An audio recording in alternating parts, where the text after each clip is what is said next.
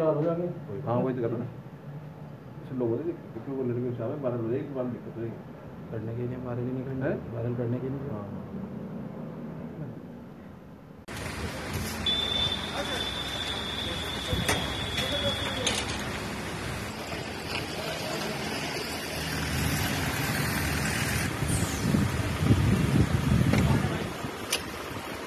आज 1:45 के आसपास मैं सेल्स रूम में बैठा हुआ था, जब भी 3 लड़के बाइक पे आए, तीनों ने मुंह बंद ढक रखे थे अपने, 2 के हाथ में कट्टे थे, वो अंदर चले गए, कहने लगे पैसे दो पैसे दो पैसे दो। तो 2-3 हज़ार रुपये मेरी जेब में थे, वो दे दिए मैंने। उसके बाद वो बाहर आए, बाहर फिर जो लड़के तेल दे रहे थे। टोटल लूट कितने की हुई है? ये 30,000 के आसपास। क्या हथियार डरते हैं? हाँ, दोनों के हाथ में कट्टे थे, कंट्री मेड वेपन थे। और तीसरा बाइक पे बैठा रहा, उसने मुंह ढक रखा था, बिना नंबर की मोटरसाइकिल थी, स्प्लेंडर।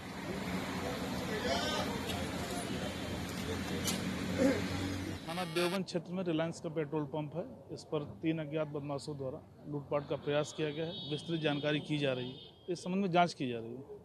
कितने लोग थे सर? 3 बताए जा रहे हैं।